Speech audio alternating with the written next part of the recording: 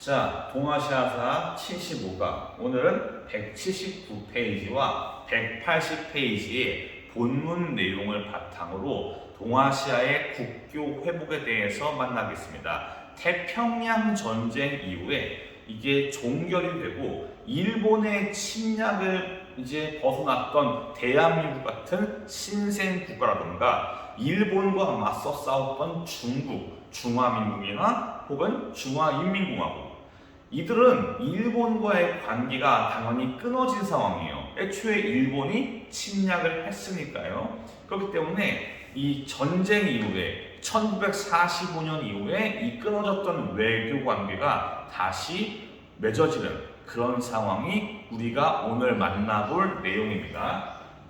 일단 먼저 샌프란시스코 강화 조약을 만나볼게요.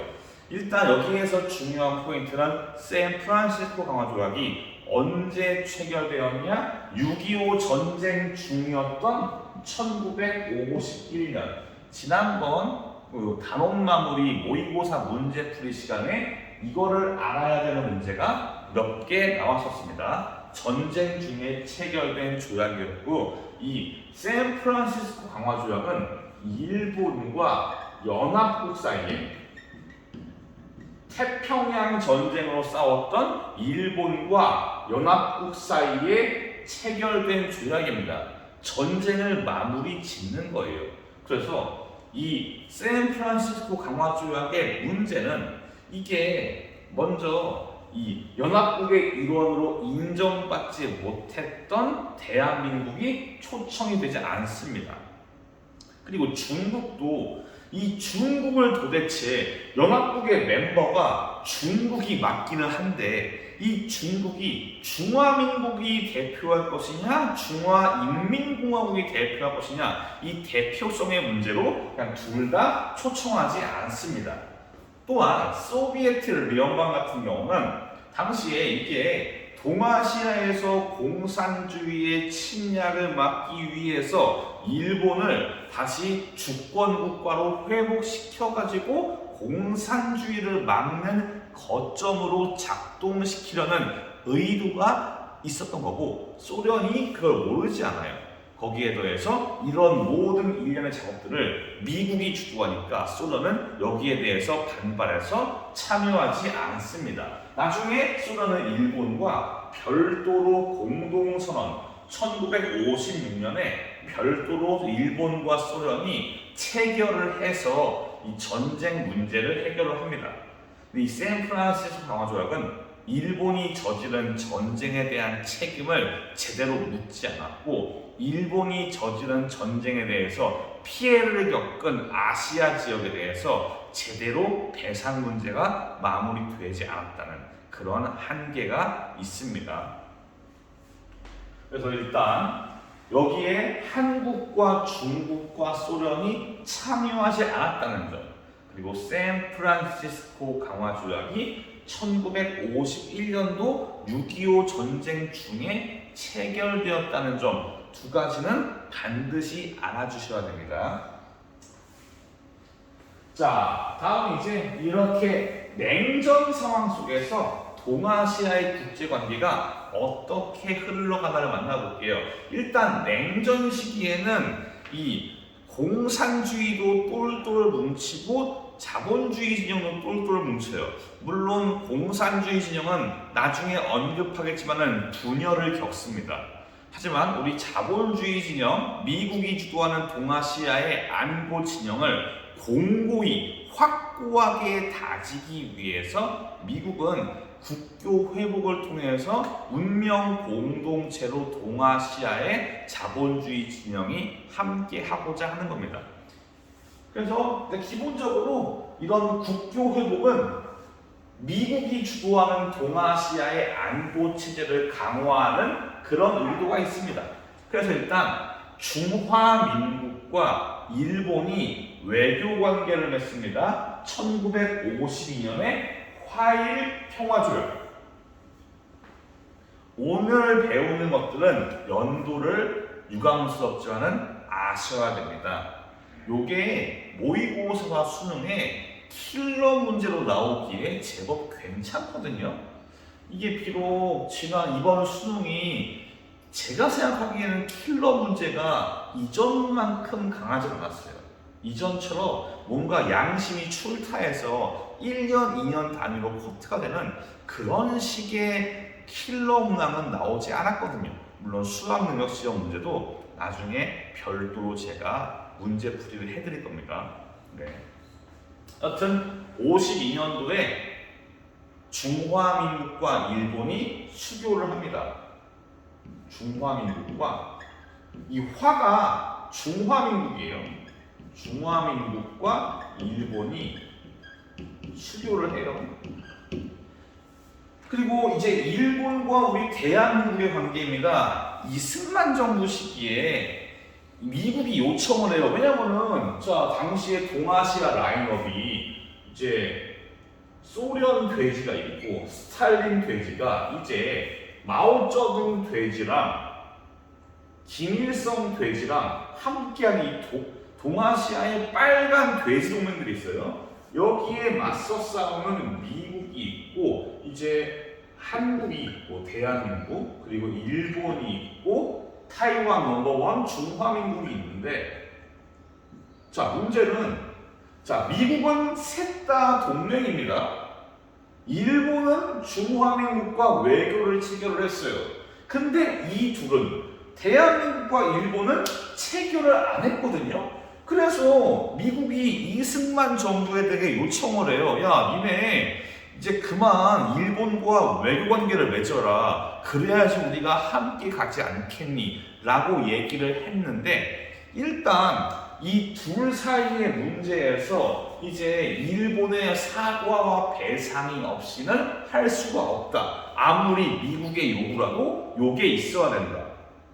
이승만이 한국 시사 시간에 배우지만은 이승만이 친일파 관료랑 친일 경찰들을 많이 기용을 해서 썼지만은 그렇다고 해서 이승만 자체가 친일파는 아닙니다. 이승만은 기본 베이스가 독립운동가입니다. 그래도 이승만이 일본과의 외교 관계에 그렇게 적극적으로 나서지는 않습니다.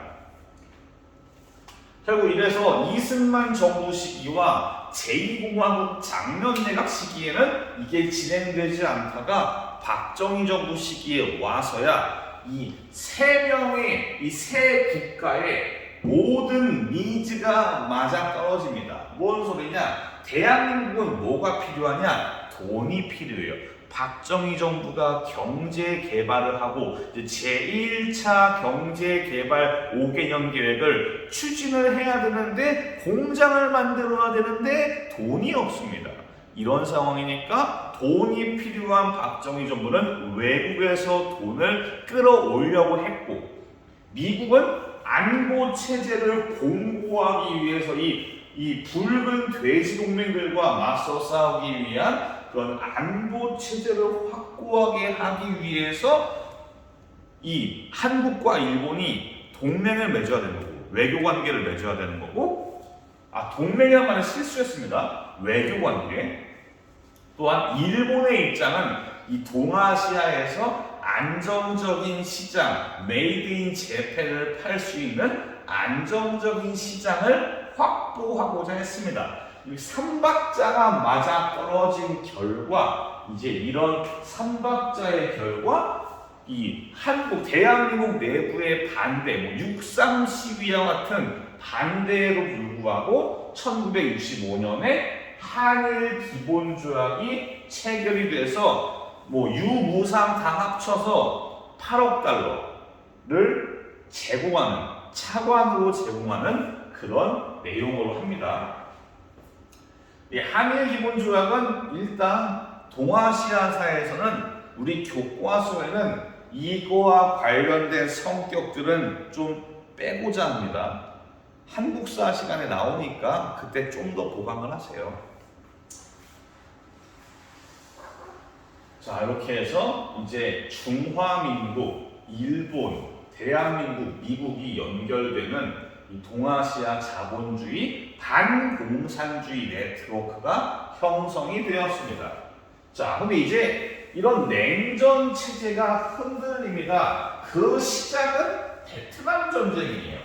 우리가 이전에 배웠던 구정 대공세 이후에 미국에서 반전 여론이 끌어오르고 결국 닉슨 대통령은 닉슨 독트린을 발표하고 아시아 지역에 대해서 군사 개입을 하지 않겠다 말을 하고 그 다음에 철수를 해요. 독트린이 먼저라고 했어요. 닉슨 독트린이 먼저고 그 다음에 철수합니다. 그리고 그 다음에 베트남이 빨갛게 물드는 거고, 닉슨은 이렇게 돼서 베트남에 발을 빼면서 아시아 지역에서 군사 개입을 하지 않겠다고 합니다. 그럼 아시아에 있는 공산주의 국가들이 미국을 이전만큼 경계할, 이전까지는 미국이랑 사이가 안 좋으면 미국이 베트남처럼 와서 폭격을 할지도 모르겠다라는 우려가 있었는데, 닉슨 독트린의 발표 이후에는 우리가 미국을 딱히 걱정할 필요가 없을 것 같다라는 이런 생각이 뿌리 박힙니다. 특히 중국한테. 중국은 당시에 조금 곤란한 상황이에요. 당시에 중국은 이 만주 넘어서 그 몽골 쪽에서 국경 분쟁이 발생하거든요. 중국과 소련 사이에서 국경 분쟁이 발생하고 양쪽 이 중국의 마오쩌둥과 소련의 지도자가 서로 아웅다웅 싸우는 사상, 공산주의 사상 논쟁까지 벌어집니다. 어려운 얘기였는데 일단 이 시기에 미국은 약간 개입을 하지 않는다, 발을 뺀 상황이고 중국은 소비에트聯邦과 분열 중이에요. 여기에서 소비에트聯邦이 중국에 대해서 경제 지원을 끊어버립니다. 중국이 혼자 먹고 살아야 되는 그런 상황인데 가만히 보니까 미국이 개입을 안 한대요. 중국이 미국에게 손을 내미는 그런 상황이 나오는 겁니다. 그래서 이렇게 미국이 발을 빼고 소련과 중국의 갈등이 발생을 하면서 냉전 체제의 변화가 발생해요. 중국과 미국이 점점 접촉을 해서 친하게 지내져 나오는 그런 상황입니다. 그 첫 시작은 미국이 인정을 합니다. 뭘 인정하냐? 중화인민공화국을 인정하기 시작해요. 그래서 1971년도에 원래 안전보장이사회의 상임 이사국이 미국, 영국, 프랑스, 그리고 소비에트聯邦, 중국인데 원래는 이게 중국이 중화민국이었거든요. 요거를 바꿉니다. 이거를 중화민국에서 제가 말을 잘못했네. 원래 중화민국인데 중화인민공화국으로 교체하는 겁니다. 타이완의 중화민국이 이제 더 이상 상임이사국의 대표가 아닌 겁니다. 중국을 대표하는 게 마치 부산을 대표하는 게 정상주 이런 것처럼 원래 중국을 대표하는 게 중화민국이었는데 이제 중화민국이 아니라 중화인민공화국이 상임이사국이 된 겁니다. 그리고 이제 미국 대통령 닉슨이 중국에 가서 마오쩌둥과 만나서 회담을 하고 미중 공동성명을 발표하는데 여기에서 타이완과 중국의 특수한 관계를 인정합니다. 양안 관계라고 한다면은 동그라미 안 칠게요. 양안 관계는 지금까지도 많이 언급되는 이야기인데 보통 양안 관계라고 하면은 중국과 대만 사이의 관계이고 주로 중국이 얘기하는 하나의 중국과 관련된 겁니다. 여기에서 미중 공동성명을 통해서 당시에 미국은 이제 대만과 중국, 중화인민공화국과 중화민국의 관계가 이제 중국이 대만에 대해서 우위를 차지하는 그런 위치를 인정을 해준 겁니다. 더 나아가서 79년에는 미국과 중국이 전격적으로 수교를 합니다. 동시에 타이완과는 외교 관계를 끊어버려요. 이런 것도 다 마찬가지로 중소 국경 분쟁은 그냥 흐름으로 60년대에 소련과 중국이 사이가 안 좋았구나 정도로만 인지를 해주시고, 여기 71년도에 상임이사국 교체, 72년도에 닉슨의 방중, 79년도에 미중 수교는 연도를 포함해서 아십시오. 물론 닉슨 독트린도 포함해서요. 그리고 중국과 일본의 관계입니다. 여기서 말하는 중국은 중화인민공화국 말이에요. 중국. 저도 헷갈려요. 중화인민공화국, 중화민국, 중국, 대만, 타이완. 일단 중국과 일본은 1972년도에 외교 관계를 맺습니다. 일본은 중일 전쟁에 대해서 반성을 하고 그 대신 중화인민공화국은 일본에 대해서 전쟁의 배상 청구권을 포기하는 결정을 합니다. 반성의 대가로 포기를 한 겁니다.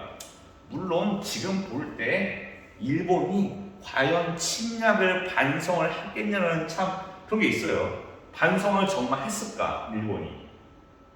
그리고 일본과 중화인민공화국은 수교를 맺습니다. 외교 관계를 맺습니다. 그리고 동시에 타이완과는 단교를 해요. 그리고 중일 평화 우호 조약을 통해서 양 국가의 전쟁이 완전히 종결되었음을 선언합니다. 그래서 중일 공동성명과 중일 평화 우호 조약 두 개를 비교한다면 중일 공동성명이 수교라는 이미지가 있기 때문에 좀 더 중요하다는 점 아시길 바랍니다. 다음, 이제 대한민국과 중국의 관계입니다. 80년대에 중국과 대한민국 사이에 약간 관계 회복의 노력들이 있었어요. 이 전두환 정부 시기와 그 시기에 노태우 정부 시기 초기에 그런 움직임들이 있었습니다. 그리고 노태우 정부는 나중에 여러분들의 한국사 이 기말고사 시험 범위에 포함되어 있는 노태우 정부는 북방정책이라는 외교 정책을 통해서 공산권 국가들과 외교 관계를 맺어요. 소련이라던가 동유럽의 여러 공산권 국가들과 외교 관계를 맺습니다. 그러면서 중국과도 접촉을 해요. 그래서 1992년도에 중국 그리고 베트남과 이 동아시아 지역의 공산권 국가들과 각각 수교를 합니다. 이러면서 동시에 타이완과는 외교 관계를 끊어버립니다. 참고로 북한은 일본과 외교 관계를 체결하려는 그런 움직임이 있었지만은 핵 개발 문제, 일본이 핵에 대해선 민감할 수밖에 없어요. 맞아봤으니까. 그리고 북한이 당시에 조총련 등 당시에 그 일본에서 활동 중인 북한 사람들 사이에 첩보원을 심어가지고 일본 사람들을 납치를 하거든요.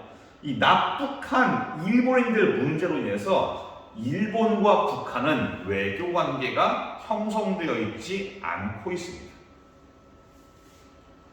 자, 그렇게 되었고요. 또 여담인데 커먼은 아까 봤잖아요. 미국과 대한민국과 일본 흔히 말하잖아요. 한, 미, 일 동맹이라고 해요.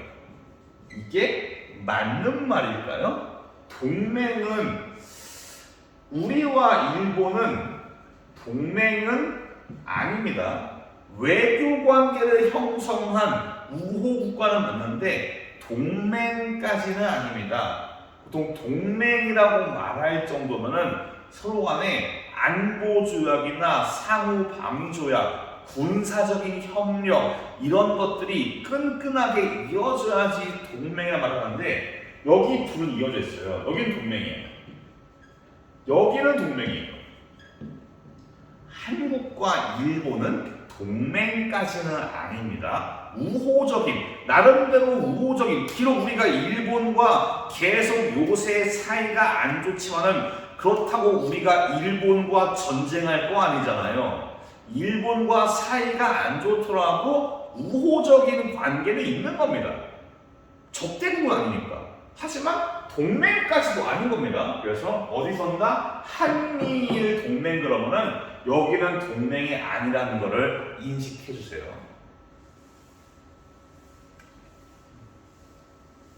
자, 마지막 눈물의 중화민국 우리 타이완. 정말 이 1970년 이후에 타이완의 역사는 정말 가여워요. 어떻게 보면 안쓰럽습니다. 좀 그래요. 일단 원래 기존까지 중화민국 타이완은 미국과 함께 가는 운명 공동체. 물론 지금도 미국은 타이완을 챙깁니다. 중국이 막 최근에 타이완에 대한 무력 개입 움직임을 보이자 미국이 야 그러면 안 되지 라고 나서는 상황이에요. 미국이 타이완만큼은 아무리 외교 관계를 끊었어도 포기하지 않습니다. 비공식적으로 타이완을 항상 챙겨요. 여튼간에 아까 배웠던 70년대 닉슨 대통령 때 미국과 중국이 관계를 회복을 하면서 외교 위기가 타이완에 찾아옵니다. 중국은 초지일관, 지금까지도 외교의 방침이 있어요. 하나의 중국, 대만은 중국의 일부이다. 요거를 인정해야지 외교를 해요. 이래야지 수교를 합니다. 이거를 인정해야 됩니다. 즉, 중화인민공화국이냐 아니면은 중화민국이냐. 중국과 외교를 맺는 국가들은 둘 중에서 하나를 골라야 되거든요. 상식적으로 당시에 중국 본토를 먹은 중화인민공화국을 많이 선택을 한 겁니다. 요거는 지금까지도 존재하는 중국의 방침이에요. 중국도 지금 계속 하나의 중국, 양안관계 이런 것들을 말하는 겁니다. 양안관계는 사실은 뭐 중국과 대만의 관계 자체를 이야기하는데 그게 보통 이런 얘기예요. 여튼 자 타이완의 눈물의 단교 이야기 1971년 아까 말했죠. 상임 이사국이 교체가 되고 더 나아가서 유엔에서 중화민국을 추방하는 내보내는 그런 결의안이 올라옵니다. 중화민국을 쫓아내는 겁니다. 어디에서? 유엔에서. 여기에 대해서 당시에 영국과 프랑스와 같은 자본주의 진영의 국가들도 이에 오케이 호응을 해요. 다들 중화민국을 등을 돌리고서 중국을 선택을 하는 겁니다. 쫓겨날 위기에 처한 중화민국은 자존심을 지키기 위해서 자기 발로 나갑니다. 이게 당시에 유엔에서 총회에서 마지막 인사 연설을 하고 나가는 중화민국의 유엔 대사의 모습입니다. 쫓겨나가기 전에 자기가 탈퇴를 합니다. 그래서 유엔에서 중화민국은 대만을 떠나는 겁니다. 그리고 이 원칙에 따라서 중국과 외교를 맺는 국가들은 대만과 단교를 합니다. 먼저 일본이 단교하고요. 그 다음 미국이 단교하고요. 그 다음까지도 마지막 남아있던 정말 지금까지도 대만과 외교를 맺은 국가들은 뭐 섬나라 이런 나라들이에요. 활동이 미미한, 세력이 미미한 그런 국가들인데 80년대까지는 우리가 대한민국이 중화민국의 가장 최고로 끝발 좋은 동맹국이에요. 외교 관계를 맺은. 그런데 여기에서 92년도에 노태우 정부가 중국과 외교 관계를 맺고 타이완과 단교를 합니다. 그래서 일본, 미국, 대한민국이 차례로 타이완과 외교 관계를 끊는 그런 단교의 역사가 지금까지도 계속 있어가지고 지금도 중화민국 타이완은 올림픽에서도 자기의 깃발을 마음대로 못 쓰는 그런 처지가 되었습니다. 참 안타까운 일입니다. 이게 정말 힘의 논리라는 게 외교에서의 힘의 논리. 우리가 만약에 대한민국이 힘이 약한 정말 약소국이면은 이렇게 무시를 받을 수 있는 겁니다.